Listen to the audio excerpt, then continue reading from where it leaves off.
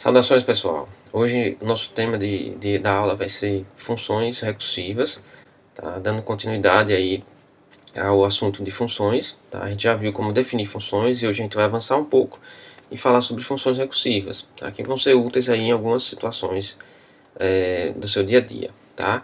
Então nada melhor que começar com um exemplo, né? Então, lá da matemática, né? Que é o caso lá do fatorial, tá?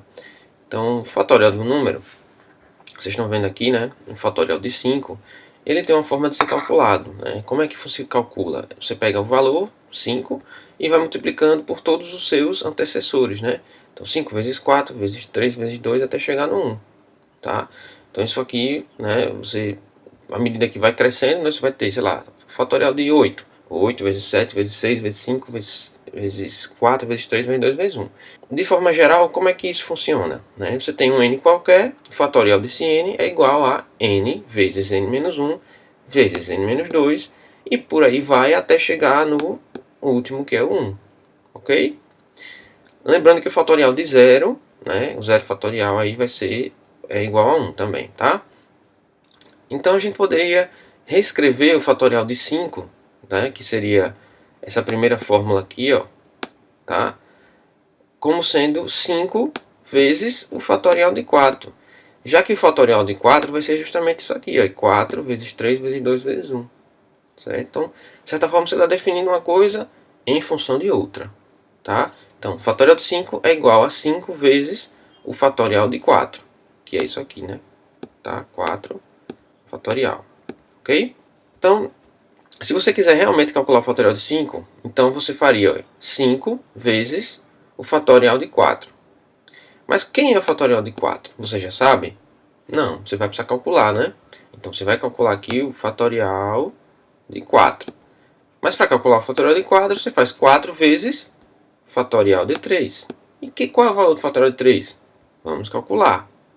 3 fatorial é igual a 3 vezes o fatorial de 2. Mas você já tem o fatorial de 2? Não. Então vamos calcular o fatorial de 2. E por aí vai, né? Cálculo fatorial de 1, né?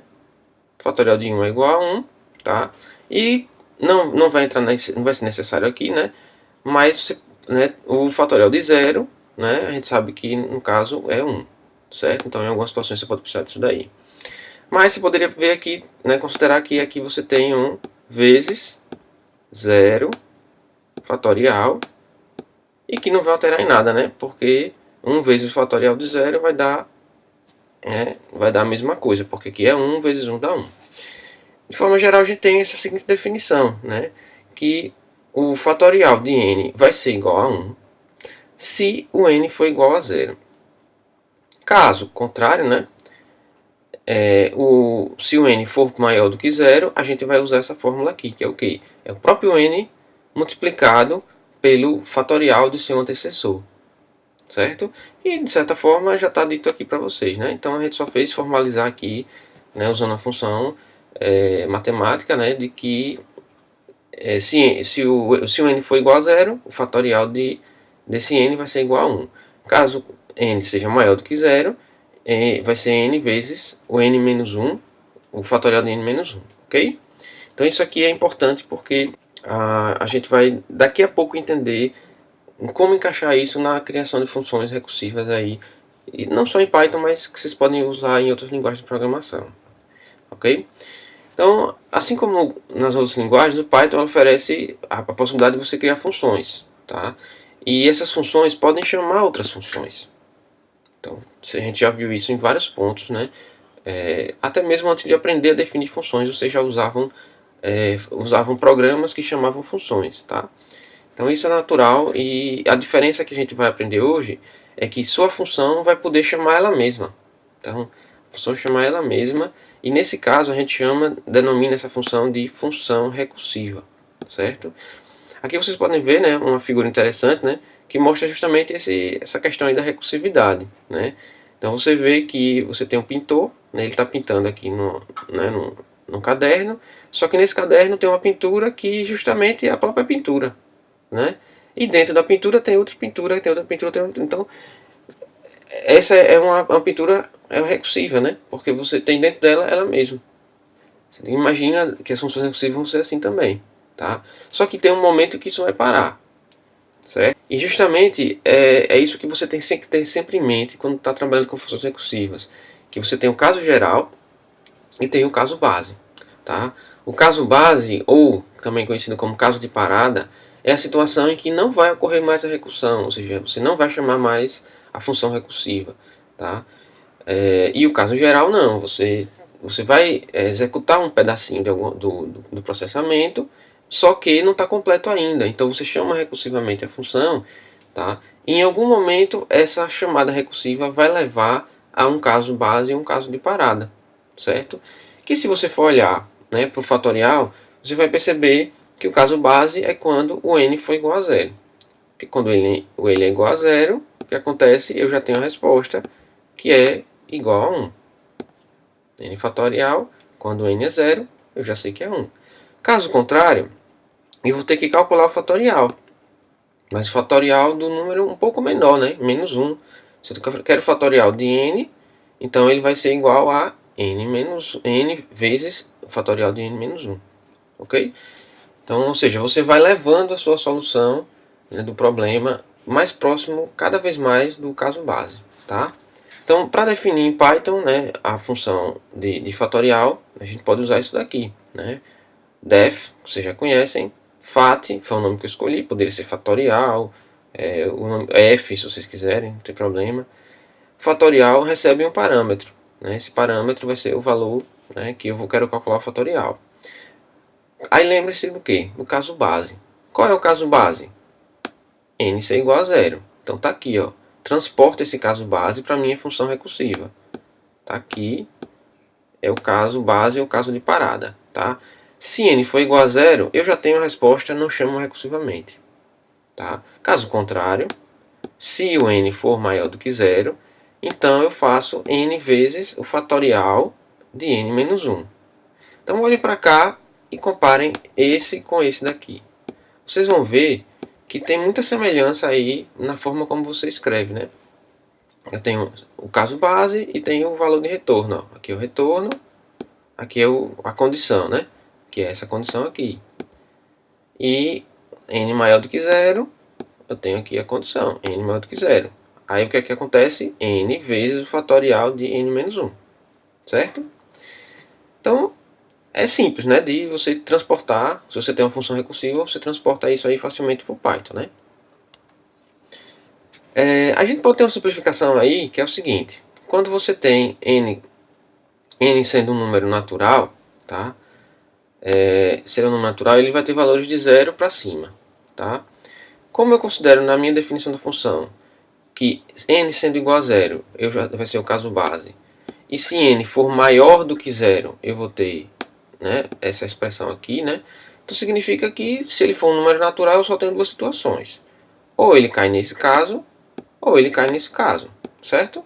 Então, para facilitar, eu posso usar um if, se n for igual a zero, cai nesse caso. E ao invés de ter um outro teste, eu simplesmente coloco um else. Porque eu sei, se ele é natural e eu tiro o zero, o que sobrar vai cair nessa regra daqui. Entenderam? Então eu posso colocar aqui o else e return n vezes o fatorial de n menos 1. Ok? Entenderam? Beleza. Então vamos agora ver como é que funciona a execução dessa função, né? Função recursiva. Então vejam, eu em algum ponto do meu programa, né? Aqui tem um parênteses, né? Ficou faltando. Tá? Tem um parênteses aqui. Print fatorial de 3. Esse print fatorial de 3, ele vai executar a função fatorial pedindo para que calcule com o valor 3. Aí vejam, eu vou entrar nessa função com n sendo igual a 3, né? Já que eu passo o argumento, a gente viu isso na aula, né? E o argumento vai ser associado ao parâmetro n. Então n, nesta execução aqui, n vai ter o valor 3. Então, n é igual a 0? É igual a 0? Não. Então ele vai executar o que? O else. Que não satisfez a condição do if, vai para o else. N, que aqui ele vai executar 3 vezes o fatorial de n menos 1. Então vai ser o fatorial de 2. Certo? Então o que é que vai acontecer? Ele vai executar, nesse momento aqui, que você executou, chamou o fatorial de 2, ele para. tá? Eu chamei a função. Assim como vocês usam outras funções, na hora que você chama, aquela função está executando e ela só volta àquele ponto quando terminar de executar a função. Tá? Então, para o caso em que a função que você está executando tem n igual a 3, você vai chamar nesse ponto aqui, recursivamente, a própria função. Significa que aquela execução com n igual a 3 está pendente, ela está parada, esperando que você calcule o fatorial de 2. Tá? Aí você entra, você não, o Python, né? O Python vai entrar para calcular com n igual a 2. Aí o fatorial de 2 o n é igual a 0? Não. Cai no else novamente. Então ele vai entrar aqui, n, que é 2, vezes o fatorial de quem? De 2 menos 1. Então ele vai calcular com fatorial do número 1. Tá? Então, novamente, essa função aqui está pendente. Tá? E ele vai entrar na outra função com n igual a 2. Ou com n, agora vai ser n igual a 1. Então, nesse caso aqui, n igual a 3, nesse caso n igual a 2, nesse caso n igual a 1. N pode ter diferentes valores? Pode. Esse n fica interno à função. Então, o valor que você atribuiu na hora que você chamou, ele vale para aquela execução. Se você chamar novamente, aquele valor pode ser diferente. Certo? Então, não tem problema em relação a isso. Nesse caso aqui, n sendo igual a 1, ele vai testar. N igual a 0? Não. Novamente, vai para o caso geral. E aqui ele vai calcular 1, né, vezes o fatorial de quem? De 0. Tá? Aqui foi 2, né? E aqui foi 3 vezes o fatorial de 2. Tá? Então a gente vai chegar e vai para a resposta. Então, terminou de executar isso aqui? Ainda não, porque ele não chegou a responder qual é o fatorial de 0. Então ele vem para cá para calcular com n igual a 0. Aí n igual a 0, verifico.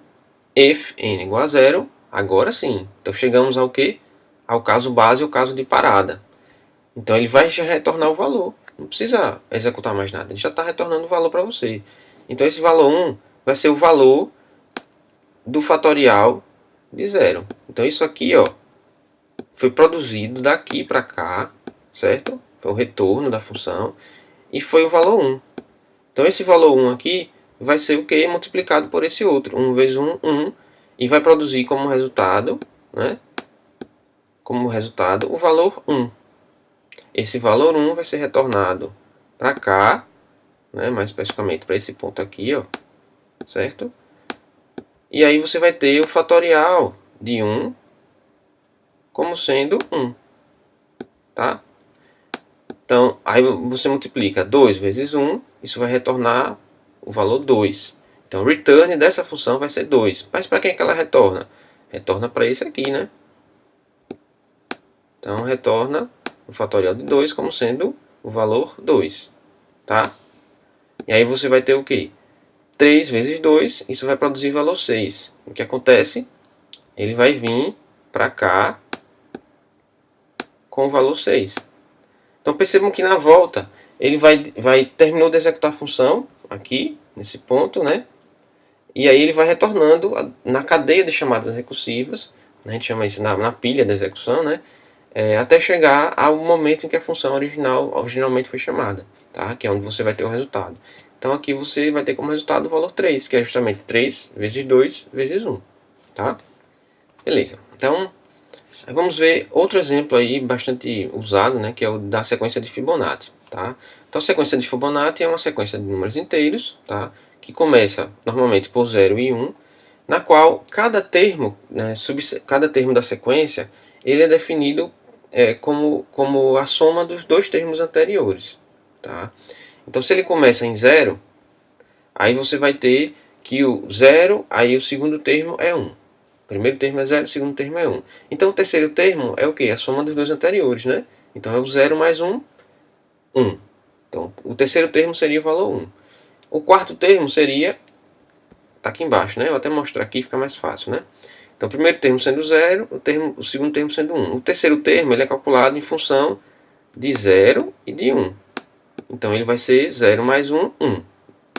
Agora se eu quiser calcular o quarto termo, vai ser 1 mais 1, 2. O quinto termo, 1 mais 2, 3. O sexto termo, 2 mais 3, 5. O sétimo termo, 3 mais 5, 8.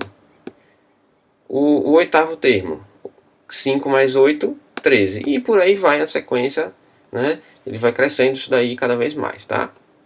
Então a definição de Fibonacci é essa. Você, se for o primeiro termo, né? Se n for 0, é 0. Se n for 1, é 1. Caso contrário, não são os casos base, Fibonacci de n vai ser o valor do seu antecessor, de Fibonacci do seu antecessor, mais o valor de Fibonacci do anterior ao seu sucessor. Ok? Somados esses dois valores, né? Então, vão ser duas chamadas recursivas nesse caso aí. Ok? Então aqui tem um diagramazinho que mostra justamente isso, né? Esse aqui é calculado como esse mais esse, né? E esse daqui é calculado como esse mais esse aqui, né? 2 mais 1, 3. Aí você tem 5, 3 mais 2. 8, 5 mais 3. Tá? Então mostra aí a sequência, né, que você tem de Fibonacci, tá? Essa sequência ela foi, de certa forma, o nome dela veio a partir de um matemático, né, italiano, o nome dele era Leonardo de Pisa, mas ele era mais conhecido como Fibonacci, tá? E ele descreveu, né, isso em 1202, a reprodução dos coelhos, como é que os coelhos se reproduzem, né, a partir dessa sequência. Mas depois descobriu-se que não era bem assim como aqui a coisa acontecia. Mas ficou o nome, a história está aí e a gente tem que contar, né? Como é que funciona? Então, quais são as regrinhas que ele definiu? Que no primeiro mês nasce apenas um casal, tá aqui. Casais amadurecem sexualmente e reproduzem-se apenas após o segundo mês. Então, no primeiro mês eles não têm filho. A partir do segundo mês eles já podem, né, se reproduzir. E aí no terceiro mês eles vão começar a ter filhos, né? E veja bem, depois que eles começam a ter filhos, todo mês eles vão ter filhos, certo?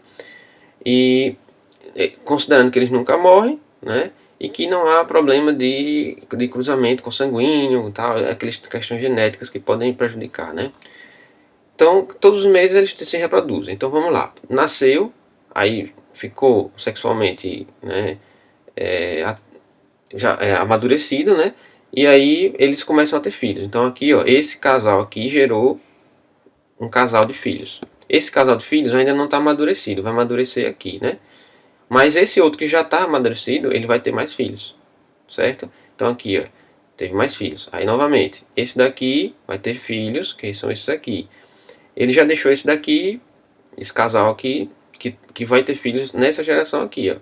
E esse outro, que vai ter filhos nesta geração. Então vamos ver aqui a sequência, ó. 1, 2, 3, 5 e 8. Se você lembrar da sequência de Fibonacci, é justamente essa sequência, certo? Então, para vocês entenderem que às vezes a gente, né, usa aí a matemática, mistura com computação, né, para chegar no resultado de que fazer uma simulação de como é que vai ser a população dos coelhos daqui a tantos anos, certo? Então tá aí a sequência para mostrar, né? E como é que essa sequência é escrita, né, em termos no Python, né? Então é muito parecido, né? Então você tem os casos básicos, que é quando n é igual a 0 e quando n é igual a 1. Quando é 0, n vai ser igual a 0. Desculpe, quando n é igual a 0, Fibonacci de n vai ser 0. Quando n for igual a 1, Fibonacci de n vai ser 1. E quando n for maior do que 1, ele vai calcular em função dos antecessores, né? Certo? Fibonacci de n menos 1 e Fibonacci de n menos 2. A função em si é bem simples. Eu já conjuguei os dois casos aqui. Usei um artifício aí, né? Porque eu notei o quê? Que quando n é 0, o resultado é 0, que é justamente o valor de n. Quando n é 1, também é o mesmo valor de n. Então aproveitei aqui, ó, se n for 0 ou n for 1, então retorno n. Para evitar fazer se n for igual a 0, retorne 0. Se n for igual a 1, retorne 1. Tá? Então eu conjuguei os dois casos num só. Qualquer das situações, ele já tem a resposta e ele já vai retornar sem fazer chamada recursiva. Isso aí é o que a gente chama de caso base ou caso de parada. E nesse caso geral aqui você vai ter um return, né, de Fibonacci de n-1 e Fibonacci de n-2, que é exatamente o que está escrito aqui. Tá? Não tem muita complicação. Quem entendeu isso aqui vai conseguir facilmente entender isso aqui, certo? tá? Então aqui eu tenho um outro exemplo, né, que mostra a espiral, né, que forma a folha de uma bromélia, tá? Então ela também é descrita, né, usando a sequência de Fibonacci. Você colocar aqui a sequência de Fibonacci, você vai ver que ela segue justamente essa sequência. Então tem várias coisas na natureza que você consegue representar através dessa sequência. Bom, então vamos executar o programa para vocês verem como é que é. Aqui eu tenho a função partindo com n igual a 5. Com Fibonacci de 5, ele não vai entrar no caso de parada, porque o caso de parada é 0 ou 1. Então ele cai no else e vai chamar Fibonacci de n-1 e Fibonacci de n-2. Considerando que o n é 5, n-1 vai ser Fibonacci de 4. E n-2, Fibonacci de 3. Tá? Então vamos primeiro fazer o Fibonacci de 4, porque quem está à esquerda, né, é executado antes. Mas para fazer o Fibonacci de 4, aí ele vai entrar aqui nessa função, vai fazer outra execução, como a gente mostrou anteriormente, só que com n igual a 4. Aí n vai ser igual a 0 ou igual a 1? Não. Então ele cai no else, Fibonacci de n-1, ou seja, Fibonacci de 3, mais o Fibonacci de 2. Tá? E aí eu vou executar qual dos dois? Fibonacci de 3. Aí ele vai, ó, Fibonacci de 2, né, porque ele vai entrar aqui com o valor 3. 3 nem é 0 nem é 1, cai no else. Fibonacci de 3 menos 1 é o Fibonacci de 2. E o Fibonacci de 1 vai ser somado aqui, né?